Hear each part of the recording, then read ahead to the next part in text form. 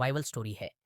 वो हमें सिखाती है कि इंसान चाहे कितनी भी मुश्किलों में क्यों ना हो, उन सभी को पार करके खुशी-खुशी रह सकता है। आखिर कैसे? कहानी की शुरुआत में हम समंदर में एक जहाज को दिखाया जाता है, जिसमें एक स्विस परिवार ट्रैवल कर रहा है। तो उस परिवार में फादर रॉबिन्सन, मदर रॉबिन्सन, उनके 3 बेटे होते हैं। उनका सफर चल ही रहा होता है कि रात को अचानक से समुंदर में बहुत तेज तूफान आ जाता है। इसकी वजह से पूरे जहाज में पानी भर जाता है और सभी पैसेंजर बहुत ज्यादा घबरा जाते हैं। इसी बीच वो स्विस परिवार, जो कि उस जहाज में एक कंपार्टमेंट में छुपा हुआ था, वो रात भर वही छुपा रहता है। सुबह होने पर जब तूफान शांत होता है, तो वो लोग उस कंपार्टमेंट से बाहर आने की कोशिश करने लगते हैं, जो कि अब लॉक हो चुका था। वो बड़ी ही मुश्किल से उसका गेट खोल पाते हैं और फिर बाहर आते हैं। बाहर आकर उन्होंने जो देखा, जहाज में अब कोई भी जिंदा नहीं बचा है। जो लोग जिंदा थे भी, वो लोग वहां से जा चुके हैं। शिप के डक पर आते ही उन सभी को एक आइलैंड दिखाई देता है, जिसे उन्हें लगता है कि शायद उन्हें वहां कोई मदद मिल जाए। तभी रॉबिन्सन का छोटा बेटा फ्रांसिस देखता है कि वो शिप पर बहुत मावेशी भी थे, जिन्हें वो लोग छोड़कर चले गए थे। उन लोगों ने उन जानवरों को भी अपने साथ उस साइलेंट पर ले जाने का फैसला किया। लेकिन सबसे पहले उन्होंने शिप पर अपने काम की सभी सामानों को इकट्ठा किया, एक राफ्ट बनाई, जिसकी मदद से वो साइलेंट तक पहुंच सके। रॉबिन्सन जानवरों को उनके साथ लाने से मना कर देता है, क्योंकि वो पहले अपने परिवार को सेफली साइलेंट तक पहुंचाना चाहता है।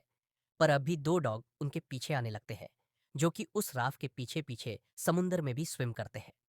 तभी अचानक लहरें बहुत तेज हो जाती है, जिससे वो डॉग डूबने लगते हैं। रॉबिन्सन को उन पर दया आ जाती है और वो उन्हें राफ्ट में बैठा लेता है।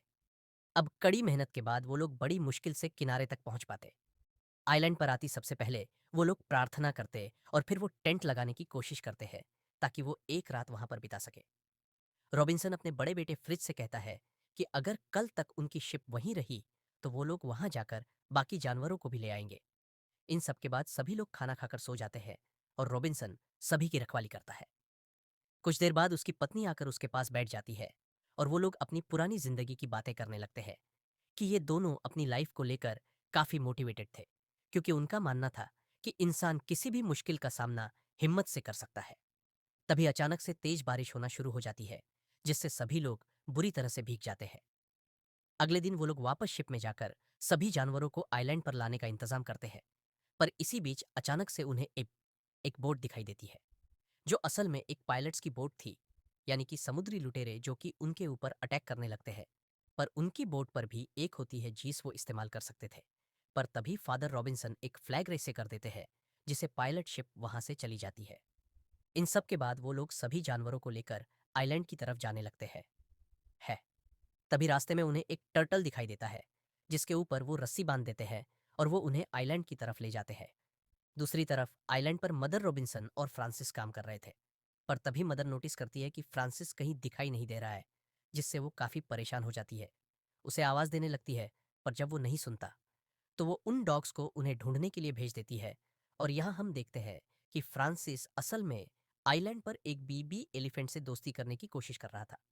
पर तभी वहां एक टाइगर आ जाता है, जो उन पर अटैक करने ही वाला होता है कि इतने में वो डॉग वहां आ जाते हैं और उन्हें बचा लेते हैं।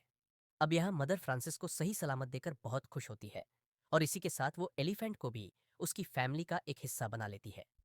अब वो लोग एलिफेंट की मदद से सारा वेट लिफ्टिंग का काम किया करते थे और इसके बाद वो सभी मिलकर अपने लिए एक ट्री हाउस बनाते हैं। मदर रॉबिन्सन को उस घर में काफी डर लग रहा था, क्योंकि वहां कोई रेलिंग नहीं थी और वो पूरा 2 बड़े ट्रीज पर बना हुआ था। तभी फ्रांसिस की नजर कुछ मंकीज पर पड़ती है, जो से लटक रहे थे। वो उनके पीछे जाता है और इसी बीच उसका पैर फिसल जाता है, जिससे वो गिरते गिरते बचता है। और ये सब देखकर रॉबिन्सन और भी ज्यादा घबरा जाती है और रेलिंग लगाने से पहले फ्रांसिस को फ्री हाउस में जाने से मना करती है।